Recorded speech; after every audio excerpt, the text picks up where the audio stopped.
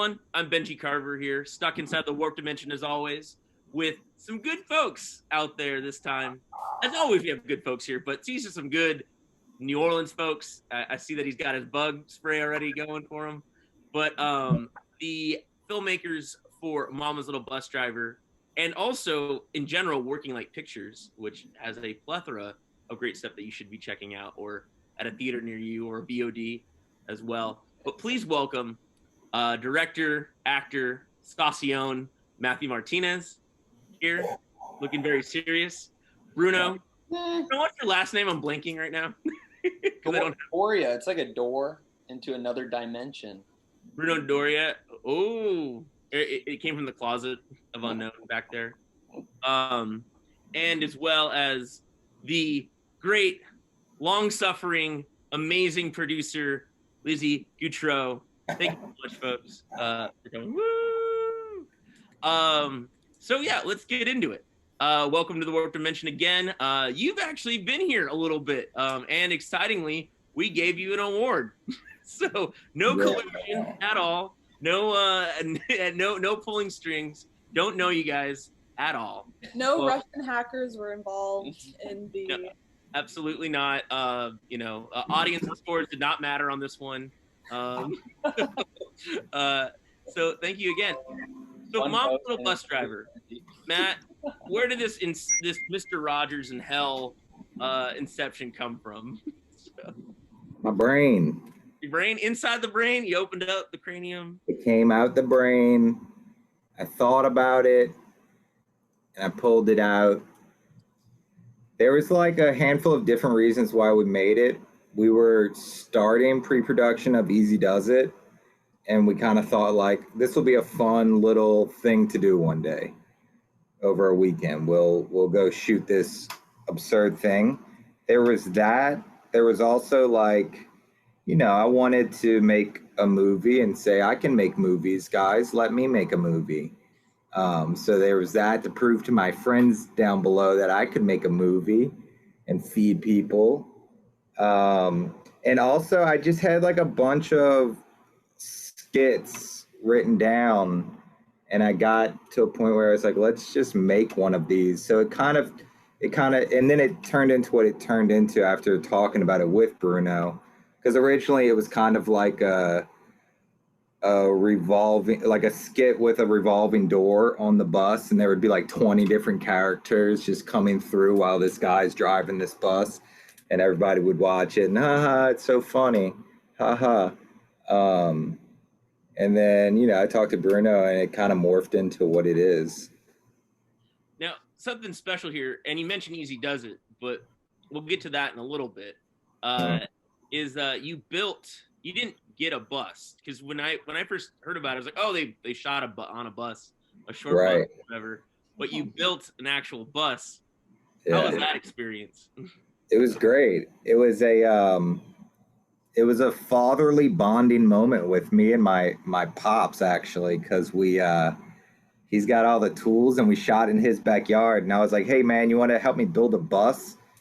And he was like, yeah, sure. It's kind of like a thing. He built a half pipe with me when we were kids. So he likes, like, me and my dad will build things together.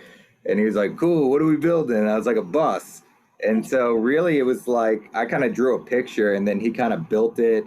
And then over the next few days painted it, and we glued random shit onto it and stuff like that. But it was cool. It was cool. And like you could take it apart I remember there was a shot, I think Bruno kind of pulled the camera through the front of the bus, through the windows. And since it was like just a bunch of wood drilled to other pieces of wood, we were able to, take it apart. It was very similar to being on like a $1 million budget production where they can take down walls and stuff like that. Very similar. Yeah.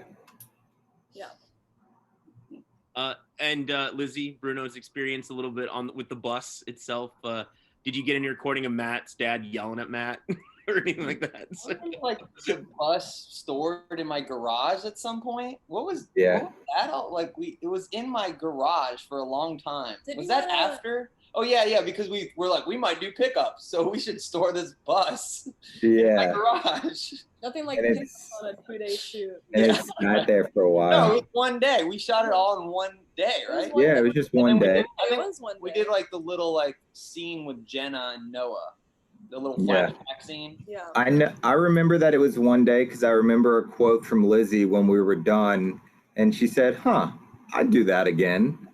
And that was like I did it. I made it. If Lizzie said I'd do that again, I was like, all right, cool. I just convinced everyone to come in a backyard and shoot a movie in one day, and no one's going home like pissed off that they just did this. But to answer your question about shots of my dad yelling, I remember he sat on the deck actually and applauded after every take. It was the nerdiest, corniest thing ever. He's having a My great son, day. that's my son right there. I think the neighbors even came by and like sat in his little suburban backyard. It was sweet. And then he yelled at them to get out of the frame every time. Yeah. Please They leave. were like, That was the chickens. We were like, chickens, get out of the frame. Yeah, we're always kind of wrangling the chickens, which were Yeah. just there. Yeah. yeah. That was They fun. made the movie, That was really. all part of the set. They really made the movie. Yeah. Awesome. Yeah. And so, with Mama's Little Bus Driver, your star is your co-star from Easy Does It, Ben Matheny. Is that kind of talk a little bit about that, since now that you were, that was your co-star, but now you actually got to direct your co-star in something. Yeah, it was fun. Ben and I knew each other since we met in acting school when we were like 18. So we were always kind of working together and doing things together that always pertain to writing or directing or acting. And so I knew like, one, I can pull an absurd character out of him because I felt like I knew him so well. And then also working so closely with him on Easy Does It, and he was the guy, and I was, the other guy. I felt like, let me make him a weirdo and just like get my kicks off, making him a weirdo the whole time. I think he shines as a weirdo though. He does. He shines. He's brilliant. He's brilliant like that. As my girlfriend says, if you have that meth skinny look, you definitely got the weirdo part down. Yeah. Yeah. I mean, yeah, he's great at playing a crazy person. He's really good at it. Yeah, that's great. Yeah, because in Easy Does It, you're the wild card and he's the straight man. Right. I think that is a great trade-off. But you also have the bus is filled with weirdos as well. And can you talk about your other actors as well that take the short bus ride? Yeah, I mean that's Corey Dumasnil, who also plays Colin in Easy Does It. So I mean it was the same three, right? From Easy Does It, and we went and played. Corey's a trip. He's a math teacher as a career. But I also met him around the same time when I met Ben. And he's had a few different ones, but he always had comedy improv troupes. And me and him have acted together a lot, and I always enjoy working with him because he's one of those people that just, if you say anything, he's got something right back at you. And he's a trip just to put him like in Mama's Little Bus Driver, and he's all hunched over with his big old back. And he was all for that. He loves cartoons. So he was like very into making a cartoon out of his character. Yeah, it's something I really, truly enjoyed. And also a little later in the show, I'll be showing y'all a great clip from a future sequel spiritual connection called Orphanage. And I know that Corey plays a character named Crinkles, Mr. Crinkles. That's right.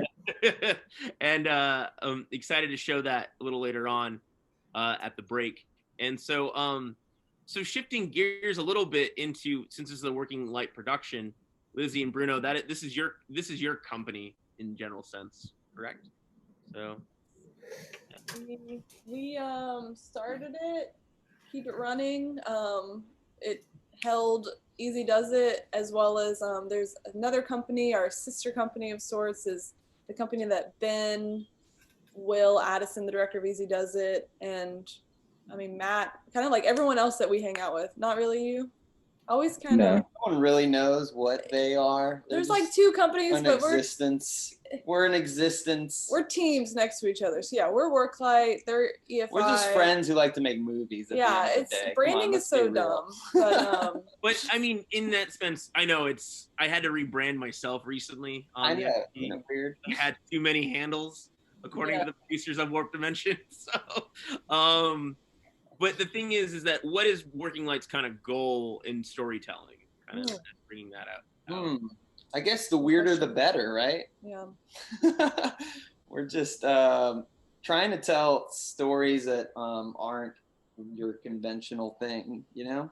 Not too straight, just kind of off the cuff and more fun, you know? More comedy and exciting.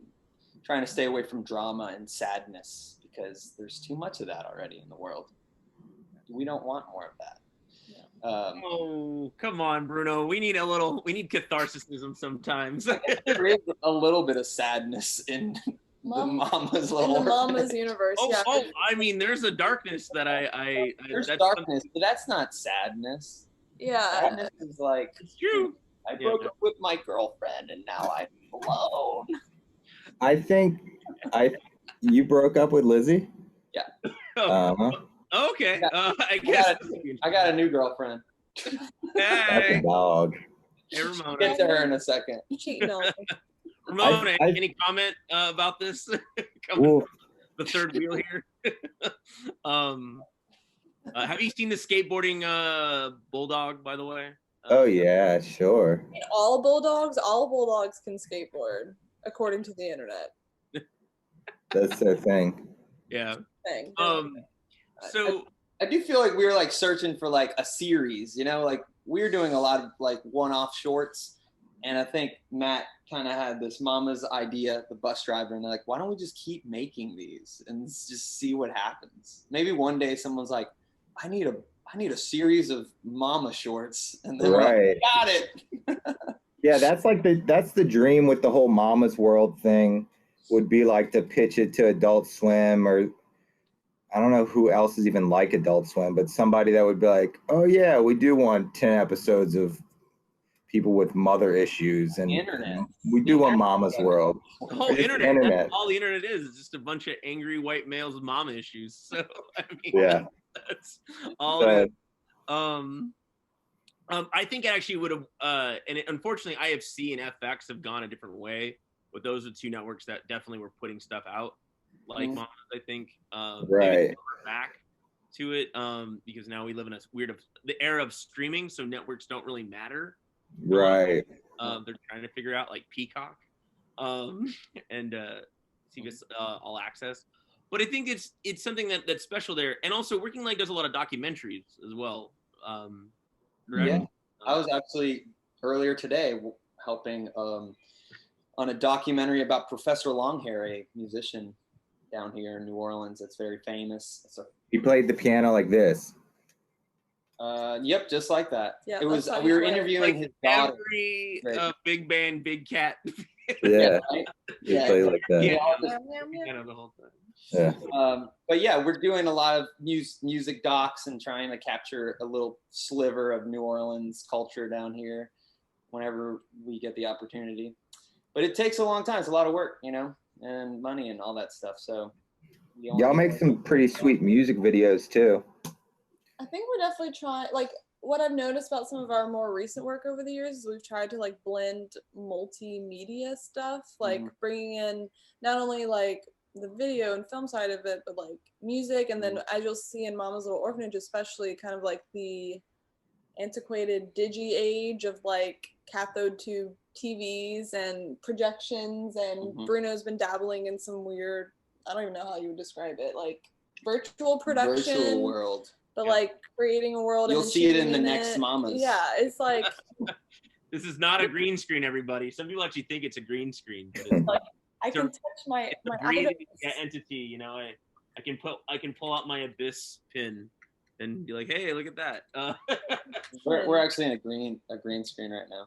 Yeah. You're actually green screen. Ramona's green screen. It's a digital dog. She's our green screen. I think that's great. That's something that got me really excited with this clip. I'll just say, hey, let's watch this clip now.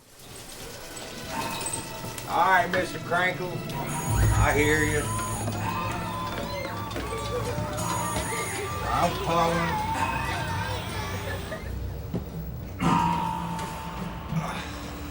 Okay, Mr. Crankles, I'm right here. Barry, there you are. Where your mom at? She upstairs. Can I help you? Yeah, you just move this old dog in. I'm gonna go up have a look-see with your mama. You know that ain't a dog. Look at that. You know what it was? I heard a commotion. Thought I'd check on you boys. Ain't nothing for you to worry about. Why don't you go on home? Still chewing on that dang stick, huh, son? What's it to you? Oh, I mean nothing by it. Just came by to see if you put me in a video. I miss you, Mama.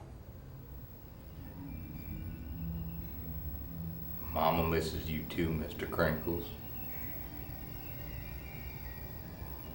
And we're back. Thanks so much, everyone. So, Mama's Little Orphanage. What the hell's going on here? Shit, now they know. We're all crazy. I want that to be the slogan on the poster, you know, like on the DVD cover. What's it's like, going what on? the hell's going on here? Hell is going on here. Period, no question mark, this period. I think that's the total idea of it, is what the hell is going on here. I don't think it is. Okay, talk to me about mothers, Matt. Like, mothers are What did such your mom a do to theme. you? Like, but I know your mom. She's such a nice lady. Like, what? But like, what's going on? Like, 'Cause you have a wife and a child. I do want to say something real quick, Lizzie. So you're from the South, so I'm glad you're here because I know a man telling another man, what's up with your mother, is like, that's like, yeah, it's getting your teeth knocked out. What's up with your mom, dude? So I'm glad you're here to segue this too. Cody's real cute. One, everyone has a mother or had a mother at some point in time. True. So everybody can relate to a mama. Mm-hmm. Two, my mother, bless her heart, comes from a long line of neurotic females, whether or not they were pushed to be neurotic by their neurotic husbands is up for question. But I've learned a lot from the neuroses of my grandmother and both my grandmothers. That's number two. Now, number three is because I just like to say the word mama. And when I was younger, if I was like, I'm gonna write something, I used to always start with, well, mama said, and nothing would ever come from it. But isn't that just so nice to think, well, my mama said? You learn so much from your mama. Like a safety kind of protective environment. Like, these little worlds are almost like in little wombs of sorts. Like, they're just so contained, and as weird as they are, they're also kind of warm, and but also kind of freaked out. Yeah, like you can go so many places with a mother. You can get in a car with a mom and go anywhere. If you're on the street and you're like, it hurts, it burns, and somebody comes out and they're like, hey, I'm a mom, what can I do? You'll let them help you. You're not gonna let a dad help you, and no one wants dads. What are they called? Mom's little daddy's little bus driver. Gross. Well, I guess this is different down in Louisiana because California, it's like you're on your own, buddy. We'll throw you in a hospital or something. Yeah, right. Even the moms are like, "Don't talk to me, kid." Yeah, I'm not your mama. That's a big one. Is Dot's Diner only in Louisiana? I think so, yeah. Dot's Diner is like a famous. It's a famous little diner in Louisiana, and the commercial is, I'm not your mama, but you're always welcome at Dot's Diner. And I think that just like, since I was a kid, stuck with me so much that I just want to make everything about mothers for the rest of my life. So it's interesting is that there was a commercial that still pops up every once in a while on local access TV in the South Bay or South County of the Bay Area where I grew up. called Bad Boys Bail Bonds. Yeah, cool. Guy dressed up as in Vicky Lewis, which I was kind of alluding to a little bit with Mama's Family. But he's in the Vicky Lewis outfit, and he does like a rap, and at the end it says, "Because your mama wants you home," kind of thing like that. So, so yeah, you the hell is wrong with you? Huh? I was just asking what was wrong with you. Oh, what's wrong with me? Yeah, what's wrong with you? What's wrong with me? Oh, in life or in general? In life. In life, I've been in the warp dimension for like 9 months. So Interesting. So if you have this issue of being in the warp dimension and you needed help, you would call a mother of sorts. Just to go back to my.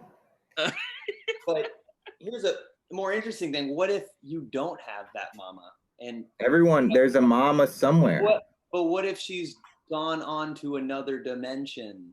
There's other mamas. Everyone's longing for their mama or a mama.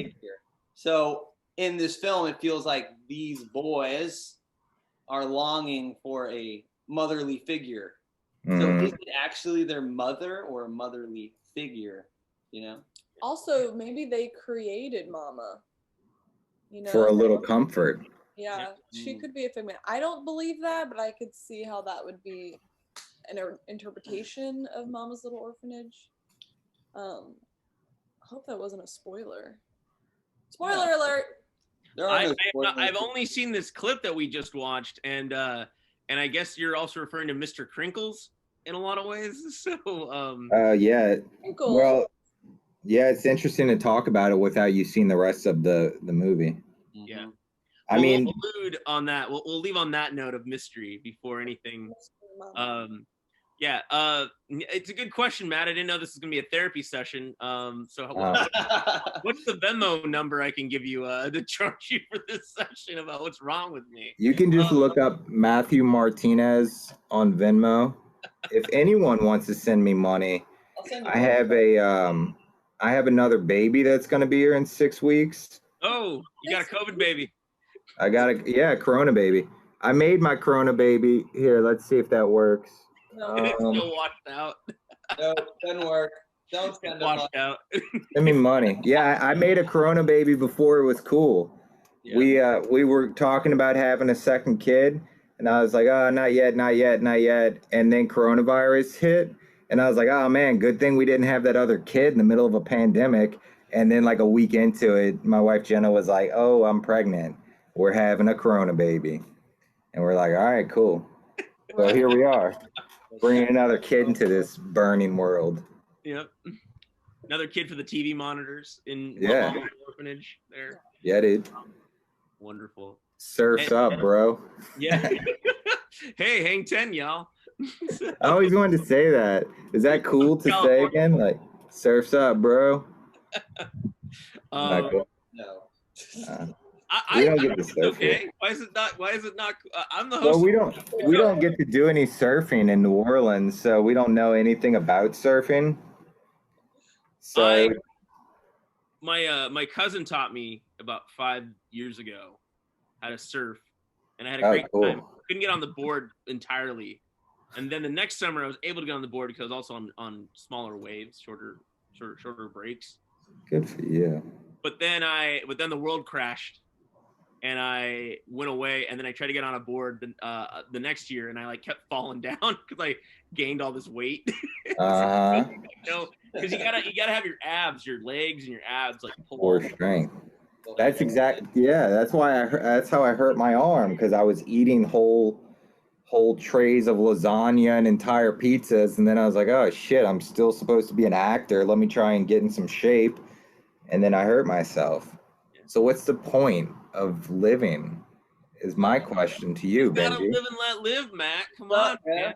Come on, bro. Come on. What's the point of life, bros? You know, you gotta work on the Apollo 11 production, that I worked on in 1969 in the Warp Dimension. Nice. That was a good time. Yes, it is in. What does it say? Panavision.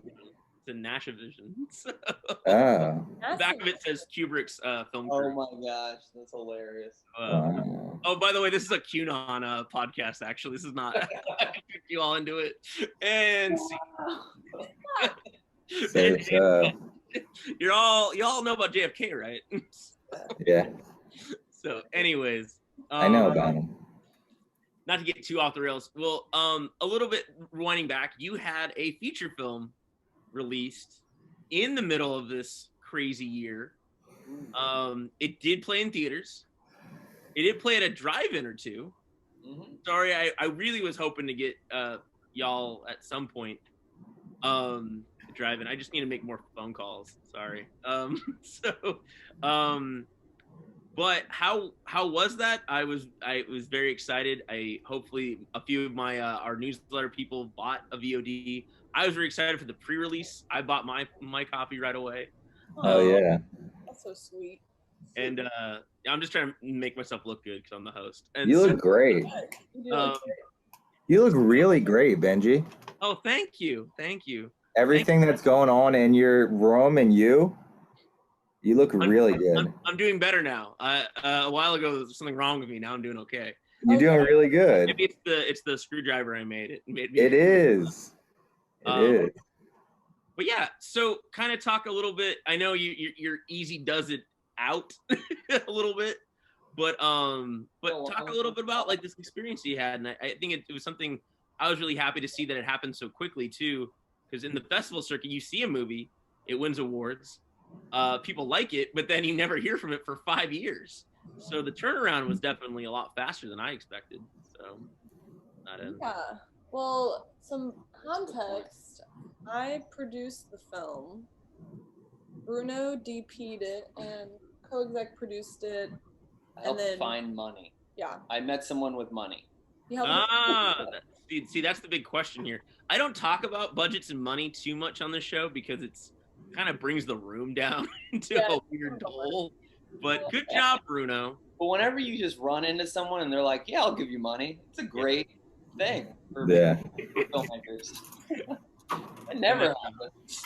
And I didn't mean to cut you off there, Lizzie, but yeah, and what did Matt do? Was he a part of this movie at all? Matt did a lot. Matt, what'd you do? I acted in it. I was an actor of the crew. Like he'd always just. And this was the movie. Hey! Surf's up. Matt's somewhere in this Colin. movie. Yeah, that's Corey. He's the math teacher. Yeah. I scored some locations. One day we went. Lenses. That's me in the lens. I scored a location one day. And a truck. In the truck. For the location I scored, we went there and we asked them, can we film in this diner? And our good friend Beal did the asking, and I just happened to be with him that day. And the guy told us no. And he was like, oh, well. And we left. And then I was like, wait, man, probably because I had been drinking or something. And I like called up the owner. And I was like, look, man, we go to the university, college. Like, we need some help and blah, blah, blah. And like New Orleans, like yadded my way into it. And he was like, okay, kid, you got 1 day. And I was like, all right. And then our buddy Beal was like, man, you made me feel like an idiot. And so I bought him pizza. And then we ate pizza together. And he's like, now you're making me feel even more like an idiot. And that's our relationship. The diner that we shot in? Yeah. It was Dot's Diner. It was a Dot's Diner. Dot's Diner. And that's why he let me film there, because I was like, you're not my mama, but can I film there, please? Please. So it was releasing the film was the release? Interesting because it was a release. It was a release. It is out there. It is out there in the world now. Oh yeah. So yeah, we actually signed a deal with a distributor, Gravitas Ventures, in March, LOL, and then released the film in July, LOL. It was kind of crazy. We probably would have gotten more of a theatrical release, but a lot of places kept canceling on us because quarantine. But I don't know. I think it was a relief. I was definitely super happy to get to that point because we had been working on the film since 2018, 16, 15, somewhere around there. 13. So, you know, it takes a long time. And I don't know if any of your viewers here will have seen Easy Does It, but it's got a hell of a lot in it. It's got VFX, it's got car chases, it's got 49 production days, it's got green screen, it's got Linda Hamilton, it's got Summer. The voice of John Goodman. John Goodman. Voice of John Goodman. Harry Shearer. Harry Shearer. So I feel good. I feel very fortunate that we were able to get distribution despite the quarantine. Yeah. Well, there's something that's in talk of is that, you know, with we don't know with megaplexes and whatnot, what have you, what's going on there. They're trying to figure things out. But a lot of movies that were released, there's a possibility in the next 10 years of it actually having a little bit of runs in independent houses as well. And so I don't know. I would probably try my best to get you guys at some point a theater to show in if it's safe again.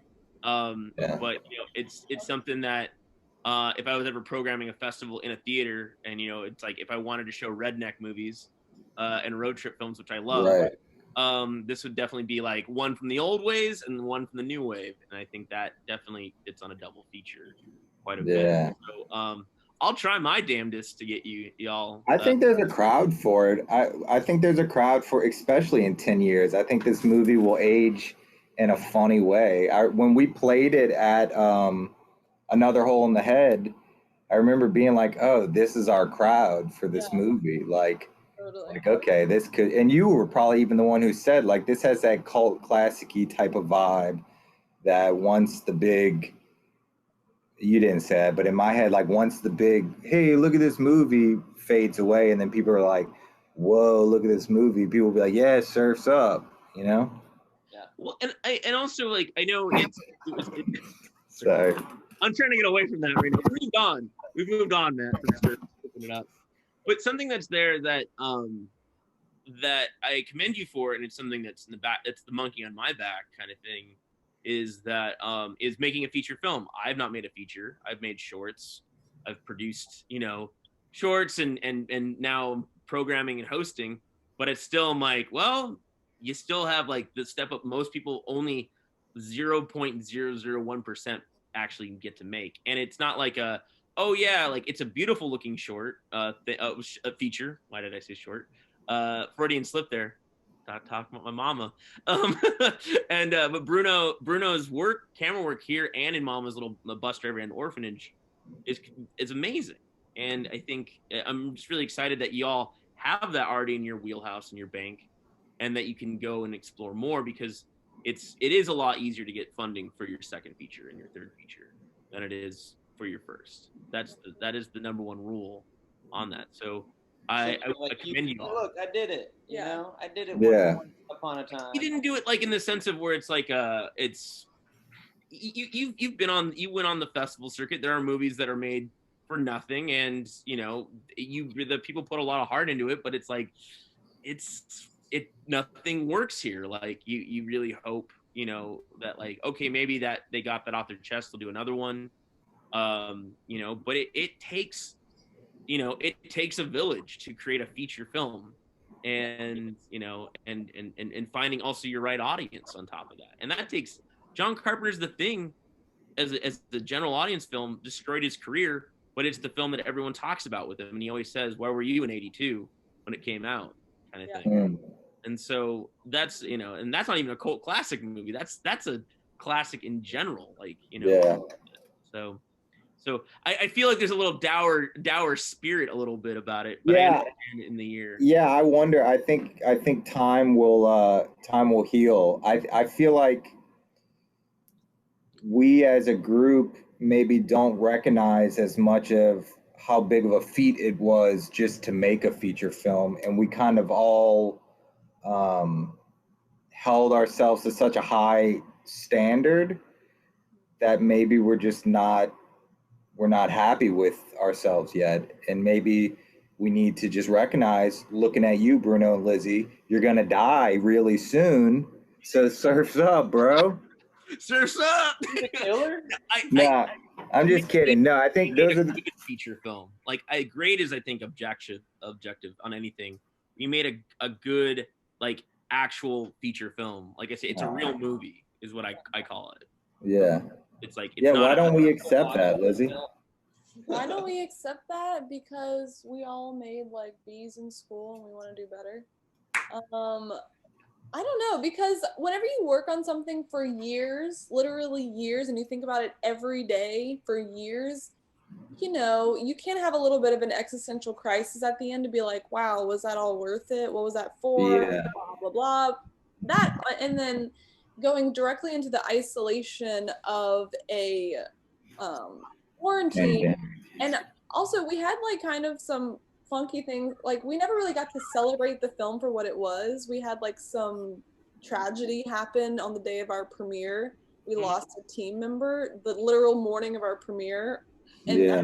that kind of put a damper on the film. Like, it was such a, that doesn't happen for every film, you know. Right. We never really got to like celebrate, and I And think our theatrical, you know, yeah, and then our premiere was also theatrical like this COVID was, kind yeah, of weird vibe. tied up Yeah. in like a weird time. And then we're trying to also release a film made by white people for white people During about this white Black people Lives Matter during movement. Black Lives Matter. Yeah. That's, you know, obviously very important to all of us, but like, how can you be an ally and like release a movie about white people? You know, it's like we were Yeah. juggling all of these really intense things that didn't exist during the production as much for us, because life was simpler then. We were younger. We were really just focusing on our thing and the vibe and the making of it. And then when it came to the distribution and the sales, you feel like a little bit out of control and in weird shark waters. But ultimately, I think we handled everything as best as we could, as best we knew how. And I'm super proud of what we all did. And the film is a feat as fuck. Like, if you look at a lot of people's first features, you know, it's like one man in a room with a girl. Things go wrong. But ours is Three fucking, men what were we in a thinking? car. What were we thinking? We literally bought a 1969 Mustang and drove it across the country. Are we crazy? We blew up a car? What?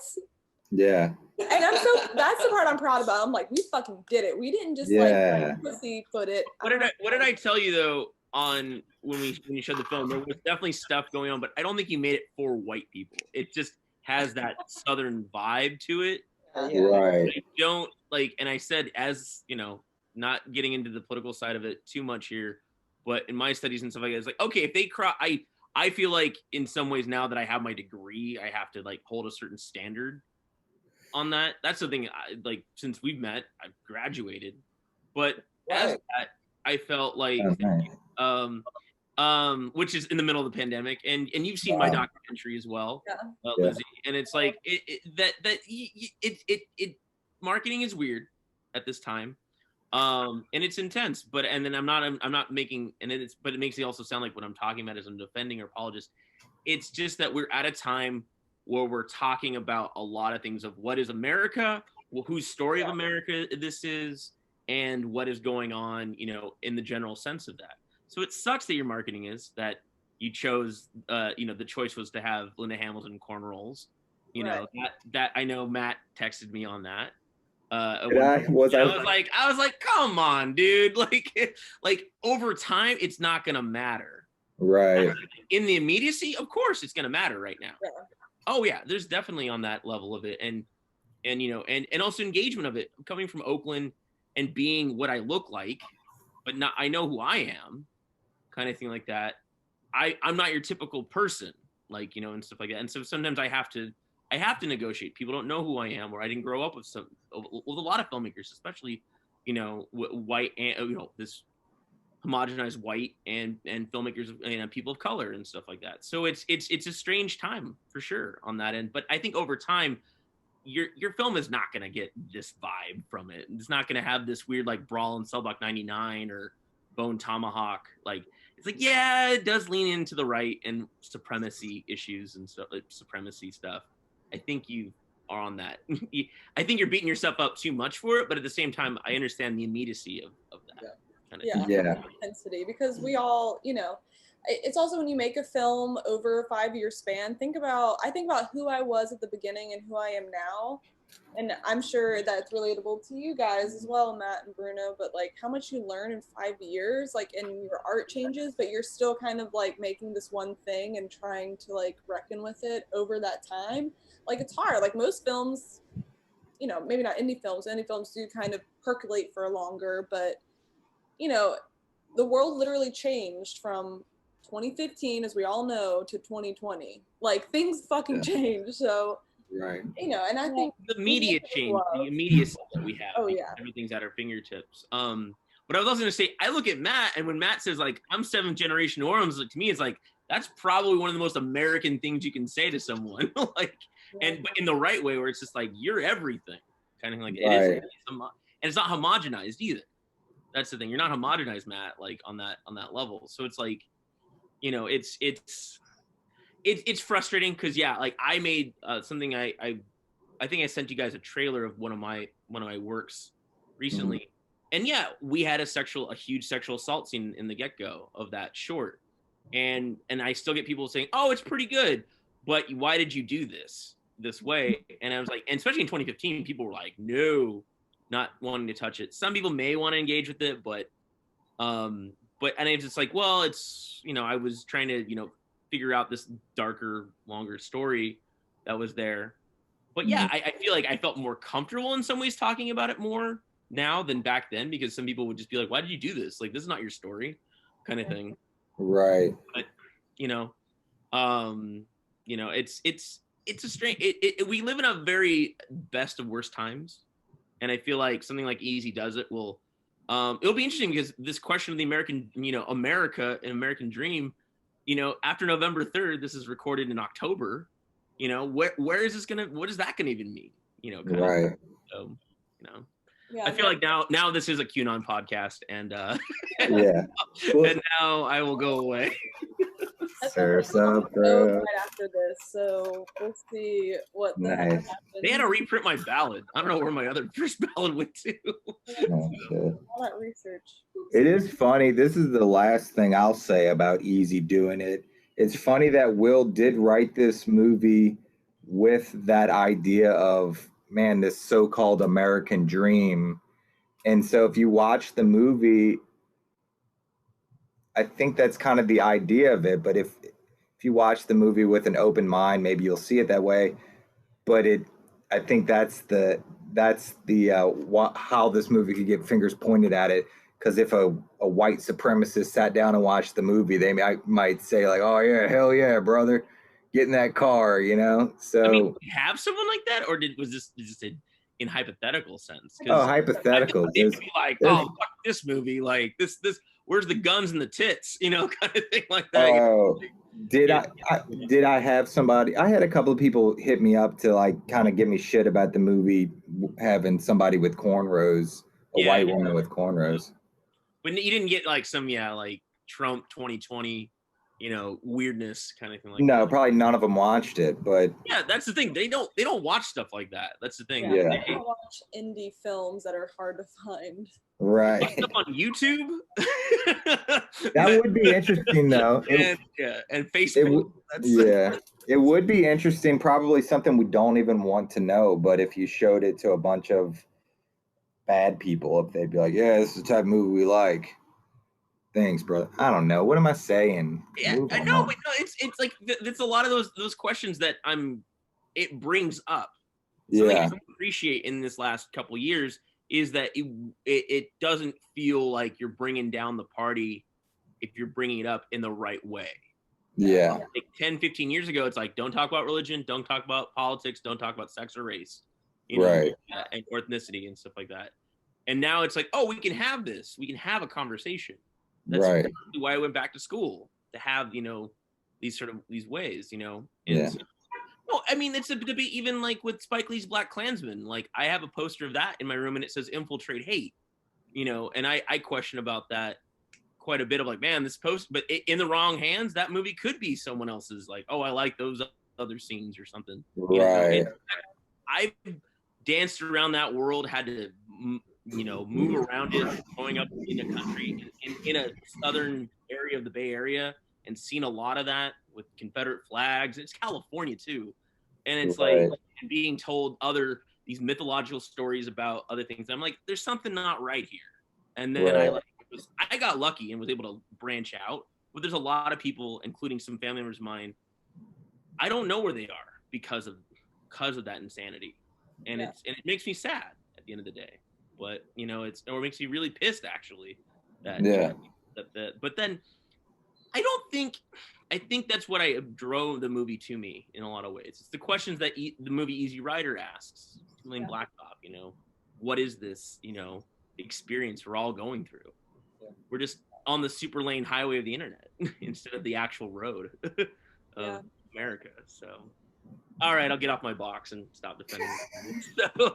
So I want you guys to be happy that you did a good job. And at the end of the day, so we're stoked. I mean, I feel great. I feel like I feel like I've just been yelling at y'all. Yeah, I feel like there's a lot of smile for Benji. Great things and bad things to say about any film, you know, and you know, it just shows that our IMDb score is like a 5 because our film is half good and half bad, you know. It's like and most of it's made by trolls. IMDb, Amazon, like are people, they're bots. You know, totally. It's not even. It's multiple same accounts that people are paid to put. I think it's beautiful that people have an opinion and they see it however they want to see it. You know what I mean? Yeah. And it's like we made it for us. You know, at the end of the day, like we made it so we could all hang out and use the equipment we had laying around that we used for whatever for corporate videos. You know, it's just like, why don't we make a movie? You know, it's like Will had an idea. Will's our friend. Let's do it. Let's just put it together and figure out how to actually make it a reality. And then I guess in our weird imagination, we expected like this would be a launching off point, and then after this, we are going to be filmmakers who make films all the time, you know? And it's just like the reality set in, and it's like, well, that's not the reality. It was so hard to do it one time. I don't think I could jump in to doing it again right now, at least the same way, you know what I mean? So it's just kind of like coping with like, okay, well, what is our reality now? It's like, do we continue to make Mama's Little Orphanages? you know, it's like shorts are like a more tangible thing, and that's why people make so many shorts, you know, and why there's not that many features that can be like kind of created. But at the end of the day, we're like super excited to show people this movie that we put our blood and sweat and tears and other weird things into, you know, and like we hope that they do like it. That's like all we can, I guess, hope for. Yeah. No, I think that it truly does show that, and that's why I was hoping with the festival, and we did highlight that, and you got to see it in a theater. On top of that, which is a strange reality on its own, and that was cool. It was actually better to have less people in there. Yeah, we talk about that trip and that screening all the time. Like I feel like it was one of the first times where we felt like we found an audience outside of like our friends, you know, like people who like actually dug it and could see what we were trying to do and didn't just like oversimplify it and call it stupid, which like fair enough. If you think it's stupid, you think it's stupid. Like I love reading a bad review. But I think that y'all really appreciated it, and that felt good, you know, and sharing it outside of Louisiana was super cool. And it was in San Francisco, so you were at the center point of canceled culture right there. So you're okay, I think, on that end. That was a thrill to come to San Francisco and meet you, and you were like, so I study Native American history. I am whatever percentage Native American. And you, are you Native American, Matthew? You dress like a Native American. Where are your people? Where are you from, huh? Yeah. Well, it's funny. You're probably part Homa, the Homa Indians, you know, if you're... There's a part somewhere, I forget what it is, because there's like so many different parts that make up this. A big old mutt of a human. Yeah. Very muddy. I just hope I don't come off as someone like, and I feel like, and especially when you get into that area of American Indian history studies, is that I don't want to be like some representative or something, you know, that's not, because I can't be, I'm not from, that's not who I was raised to be, kind of thing. Right. But at the same time, there was a lot of questions that I have, and it still made me explore I had some answers, and I have a lot more questions now on that. Well, yeah, and that's why it was fun to talk with you, just because it was something you studied as opposed to the normal that I might get after that movie of somebody. Wait, I'm trying to think. One person said, "Oh, you little appropriator," and I was just like, okay. But it was fun to actually have a conversation. Not fun. I was actually sweating while we had the conversation, but it was Like better than. First. That's why I was sweating. Yeah, I was just so drunk. Taking from a tip from you know, never mind. You get people drunk. That's so. Yeah, I'll tell you. No, that's something that drew me to it. We had other films kind of similar to Easy Does It, and even had some other names that were in these movies. I just kind of was like, okay, like that one was fine, you know, kind of thing.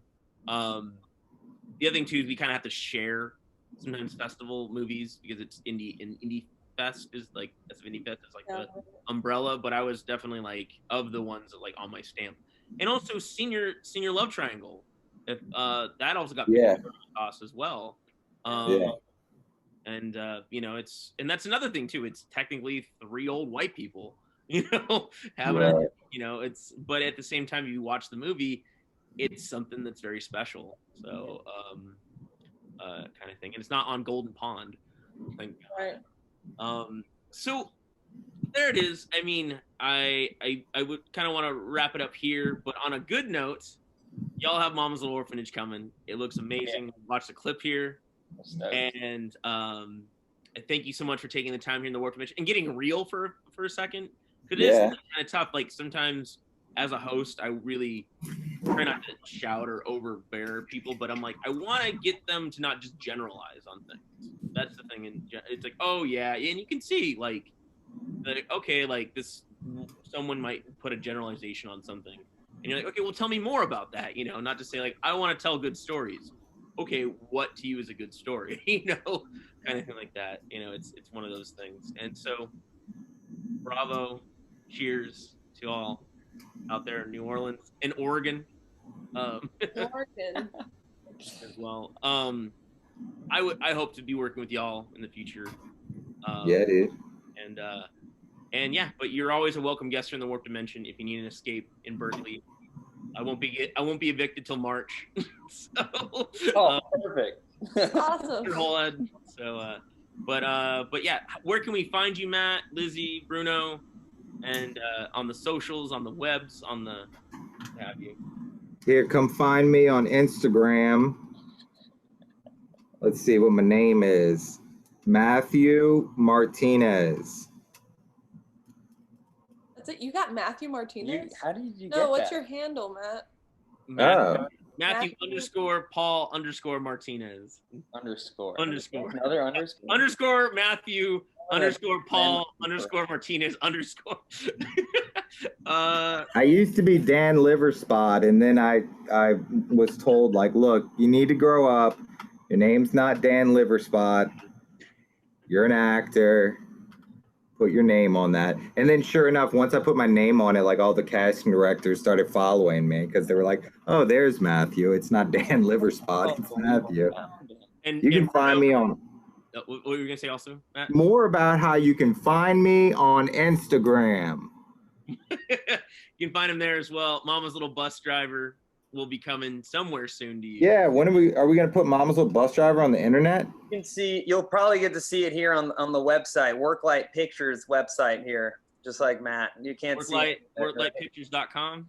WorkLightPictures.com. We have a Facebook. It's the real stuff. And an Instagram. It's a cool look how cool our Pictures. little website is. You can go in and you can change the settings of the video and change the saturation and the other stuff. Wow. And so you can color correct our movie right off the website. Yeah. I wanted to get into more color correction, but we are limited on time with Mama's Little Orphanage. The color. Oh yeah, we like saturation for some reason. It's like, yeah. Saturate that Leave shit. it at that. And Lizzie, where can we find you before you got to run? At Road Trip Into the Distance on Instagram, or at WorkLightPictures.com, or at WorkLight Pictures on Instagram. Well, the Warp Dimension loves you, Lizzie. Thank you so much. I know you have to roll out. Bruno, if you want to stick around for another cocktail with me, you're more than welcome. But thank you so much. I'm Benji Carver. You can find me at Movie Hopping Benji and the Kid Love Killer Hour. Ramona! This is Ramona signing out. Ramona, the real star. Oh, hey, Ramona. And hey, Ramona. Thank you so much, guys, and we'll see you next time on the Kid Glow Killer Hour.